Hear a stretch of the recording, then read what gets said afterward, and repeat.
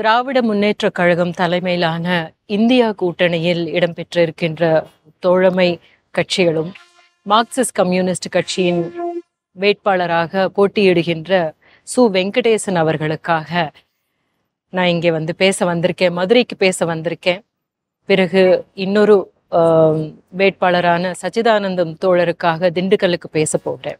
இந்த தேர்தல் மிக முக்கியமான ஒரு தேர்தலாக நான் கருதுறேன். ஏன்னா 10 வருஷமாக நாம எதையெல்லாம் சகிச்சுட்டு வந்துகிட்டு இருக்கோம். ஜனநாயகத்தை பேணி காத்து கொண்டு வந்துட்டு இருந்த நம்மளுடைய இந்த நாட்டிலே அவை அனைத்தையுமே காலி செய்கின்ற, அச்சுறுத்துகின்ற ஒரு இடத்துக்கு கொண்டு வந்து சேர்த்து விட்டது பிஜேபி. இதை தொடர விடக்கூடாது என்பதில் இந்தியா கூட்டணி முனைப்பாக இருக்கிறது. தென்னகம் மிகப்பெரிய ஒரு தெளிவோட இருக்கு அப்படின்னு வடக்கிலிருந்தே எல்லாரும் சொல்லிக்கிட்டு இருக்காங்க. ஆனா தென்னகத்திலிருந்து நம்மளுடைய ஒரு முன்னெடுப்பு ஒரு முன்னுதாரணமாக இருக்க வேண்டும் என்பது மிக முக்கியமானது. அது இருக்கவும் செய்கிறது. ஆனால் தென்னகத்தை தாண்டி இருக்கின்ற எல்லா மாநிலங்களிலும் எல்லாருடைய குரல் வளையும் நெரிக்கிற மாதிரியான விஷயங்கள் நிறைய நடந்து கொண்டிருக்கின்ற இந்த காலகட்டத்தில் நாம இந்த பிரச்சாரத்தை இந்தியா முழுக்க கொண்டு செல்ல வேண்டிய ஒரு பொறுப்புடைய இடத்தில் இருக்கிறோம் என்று நினைக்கிறேன். யாருமே பேசக்கூடாது, கேள்விகள் கேட்கக்கூடாது, பிரச்சாரத்தில் ஈடுபடக்கூடாது, அவர்களுக்கு ஈடுபடுவதற்கான எந்த விதமான வழிகளும் விட்டு வைக்கக்கூடாது என்பதில் மிக மிக மிக குறியாக இருக்கிறது பிஜேபி அரசு. தன்னுடைய கையில இருக்கிற சில யந்திரங்களை வைத்துக்கொண்டு சீஃப் மினிஸ்டர்ஸையே அரெஸ்ட் பண்றாங்க. அவரு கரெக்டா இந்த தேர்தலுக்கு முன்னாடி அரவிந்த் கெஜ்ரிவாலை அரெஸ்ட் பண்ணி இருக்கிறது. உலகம் முழுக்க இதை பற்றி பேசிக்கொண்டிருக்கிறார்கள். யார் என்ன பேசினாலும் எங்களுக்கு என்ன அப்படின்ற மாதிரியான ஒரு ஒரு சுபாவத்துல தான் பிஜேபி இருக்கிறது. அவர்களிடம் ஒரு மிகப்பெரிய பணபலம் ஏற்படுத்தி கொண்டு விட்டார்கள். அந்த பணம் எப்படி வந்தது என்று வெளிப்படையாக சொல்றதுக்கு அவங்க தயாரா இல்லை. சிஏஜி அறிக்கையை நம்ம வந்து இத்தனை நாளா கேள்வி கேட்டுக்கிட்டு இருக்கோம். அதுக்கு ஒரு பதில் கிடையாது. எலக்டோரல் பாண்ட்ஸ் யார் யாருக்கு கொடுத்தாங்க அப்படின்றத பத்தி சொல்லவே கூடாது அப்படின்னு நினைச்சிட்டு இருந்திருக்காங்க. ஆனா இப்போ அது வெளியே வந்த உடனே அதை நாங்க சொல்லிட்டோமே அப்படின்ற மாதிரி தங்களுக்கு சாதகமா அதை பேசிக்கிட்டு இருக்காங்க.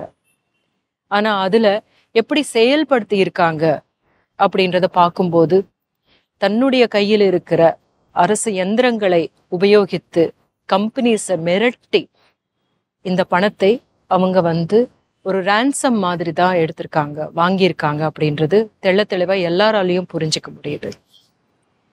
இப்போ மிகப்பெரிய ஒரு மார்க்கெட்டிங் ஸ்ட்ராட்டஜி வந்து பிஜேபி பண்ணிக்கிட்டு இருக்கு. மோடி எங்க போனாலும் கூடவே ஒரு கேமரா போறது. அவர் எங்க தியானம் பண்றாரு, கடலுக்கடியிலெல்லாம் தியானம் பண்ண வேண்டிய அவசியம் கிடையாது. ஆனா அது எல்லாத்தையுமே வந்து மக்களுக்கு கொண்டு போய் சேர்க்கறது எப்படின்னா வந்து ஒரு தியானம் என்பது ஒரு மதத்தின் பெயரில் செய்யப்படுகிற ஒரு ஸ்பிரிச்சுவல் எக்ஸசைஸாக செய்யப்படுது. ஒரு ஸ்பிரிச்சுவல் எக்ஸசைஸ் பண்ற ஒருத்தரை வந்து அந்த தலைவரை எப்படி நம்ம மக்கள் பார்ப்பார்கள் என்பதை முதல் எடுத்துக்கொண்டு இவை அனைத்துமே செயல்படுத்தி கொண்டிருக்கிறார்கள்.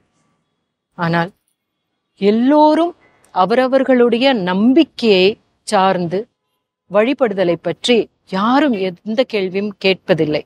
ஆனால் அந்த நம்பிக்கையை வைத்துக்கொண்டு உங்களுடைய எதிர்காலத்தை, இந்த நாட்டினுடைய எதிர்காலத்தை அனைவருக்குமான இருக்க வேண்டிய பாலிசிஸ, உரிமைகளை தட்டி கழிப்பது, தட்டி எடுப்பது என்பது மிக மிக மிக அபாயகரமான ஒன்று. அதை நாம் அனுமதிக்க கூடாது. இப்போ குடியுரிமை சட்டம் அப்படின்றது வந்து எவ்வளோ பெரிய அபத்தமான ஒரு விஷயம். அதாவது என்னுடைய அப்பாவுடையதோ இல்லை எங்க தாத்தாவுடையதோ பிறப்பு சான்றிதழ் கேட்டா அவங்க கிட்ட இல்லை. அப்போ மைனாரிட்டி செக்ஷன் கிட்ட போயிட்டு உங்களுடைய அப்பாவுடைய பிறப்பு சான்றிதழோ இல்லை உங்க தாத்தாவுடைய பிறப்பு சான்றிதழோ இருந்தா தான் நீங்க இந்த நாட்டின் குடிமகன் அப்படின்னு நாங்க தீர்மானிக்க போறோம் அப்படின்ற ஒரு அச்சுறுத்தல், மிகப்பெரிய அச்சுறுத்தல். அதை நாம தொடர விடக்கூடாது. இப்போ தமிழ்நாட்டுக்கு வந்துட்டு மோடி சொல்றாரா, தமிழ்நாட்டுல யாருக்குமே இங்க பாதுகாப்பு இல்லை அப்படின்னு.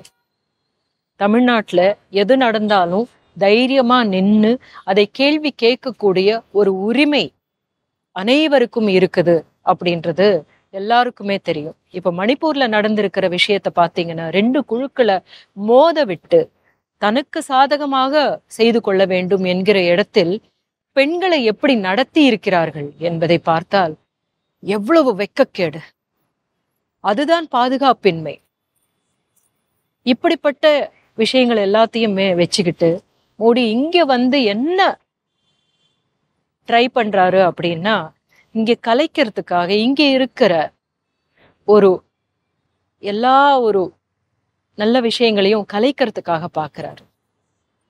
இங்க நான் உங்களை காப்பாத்த போறேன் அப்படின்னு சொல்லி, உங்ககிட்ட இருந்து நாங்க எங்களை காப்பாத்திக்க எங்களுக்கு தெரியும் அப்படின்னு தான் இந்த தேர்தல் மூலமா சொல்ல வேண்டும். நமக்கு உங்ககிட்ட இருந்து எங்க நாட்டை, நம்ம நாட்டை நாங்க காப்பாத்துவோம் அப்படின்னு இந்த தேர்தல் மூலமா காத்திரமா சொல்லுவோம். தொடர்ந்து இதை பற்றி பேச வேண்டும். எங்கெல்லாம் வாய்ப்பு இருக்கிறதோ இதை பற்றி நாம் எடுத்து கூற வேண்டும். மக்களுக்கே இப்ப ஒரு திகட்டிடுச்சு, எங்க பார்த்தாலும் மோடி, எங்க போனாலும் மோடி அப்படின்னு சொல்லிட்டு. ஆனா அந்த மோடி எளிமையான மக்களுக்கு, எளியவர்களுக்கு, பிற்படுத்தப்பட்டவர்களுக்கு என்ன பேசி இருக்கிறார், என்ன செய்திருக்கிறார் என்பதை பற்றி அவர்களுக்கே புரிய வைக்க வேண்டிய ஒரு கடமை நமக்கு இருக்கு.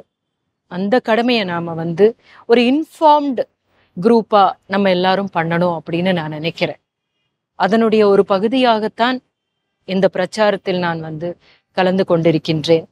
இதை பற்றி அனைவரும் பேசிக் கொண்டிருக்கிறார்கள். ஆனால் இதை ரொம்ப காத்திரமாக நாம் முன்னெடுத்து கொண்டு போக வேண்டும் என்று நினைக்கிறேன். இந்த ஒரு ஆப்பர்ச்சுனிட்டியை கை விட்டுறக்கூடாதுன்னு நான் நினைக்கிறேன்.